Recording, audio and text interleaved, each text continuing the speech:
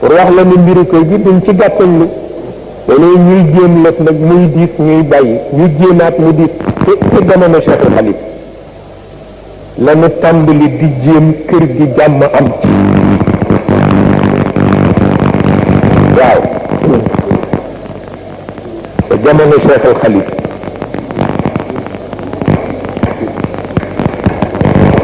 waaw dafa mel na ànd naa ak Alaaji Usmaan Kan dox ko ci moom ànd naa ak Chérif Habib dox ko ci moom ànd naa ak Ibrahima Seydou Ndaw ak gouverneur Goujon dox ko ci moom waaw ak bi ci mujj nga xam ne fii laa toog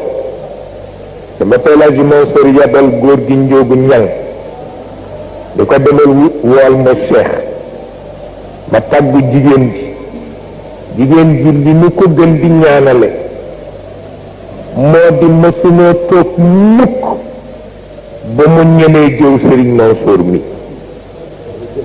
mësunoo toog mukk ba mu ñemee jëw Serigne Moustapha mësunoo toog mukk ba mu ñemee jëw doom bu Maodo jur waaw lii la ñu koy ñaanale waaw ma ne ko man de sa mbapay la ji Mansour daf ma woolu ak ni kër gi mel mu ni ma demal wuyu moom sa bàyyee ko moom waaye moom moo leen moom waaw waaw ma woo Umar Lo mii ànd ak moom yu julli timis ba noppi ñu dem seeti ko ma ñëw muy waxtaan ak man li ma sa maam de waa réew mi fayuñu ko mu ni ma li ma xam ci ak bokk gu ma defari ci réew mi bu ko réew mi fayoon daañu ko defaral famille am bi waaye bu dee ku wàcc Tiwaawan nag da ngay far si musiba la ku wàcc Tiwaawan da ngay wuti koo faral mu ni ma musiba la keroog waxtaan nañ ci waxtaan bu sore keroog la ma jëkk a wax ni maag sa baay yëpp dañuy dem wallahi wal quraanil aziim wallahi mu ni ma dunu fi toog mukk ndax attanuñ ko mu ni ma tudd ñu wàññi dara nag du wàññi dara ci sunu martab waaye yéen laa ragal bu ngeen ko njëlbeenoo rek mu diis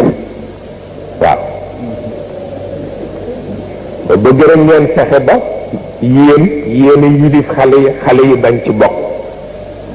keroog lii la ñu waxtaane Amadou Lo bii laa àndal keroog waaw pour wax la ni mësunoo deñ di ko jéem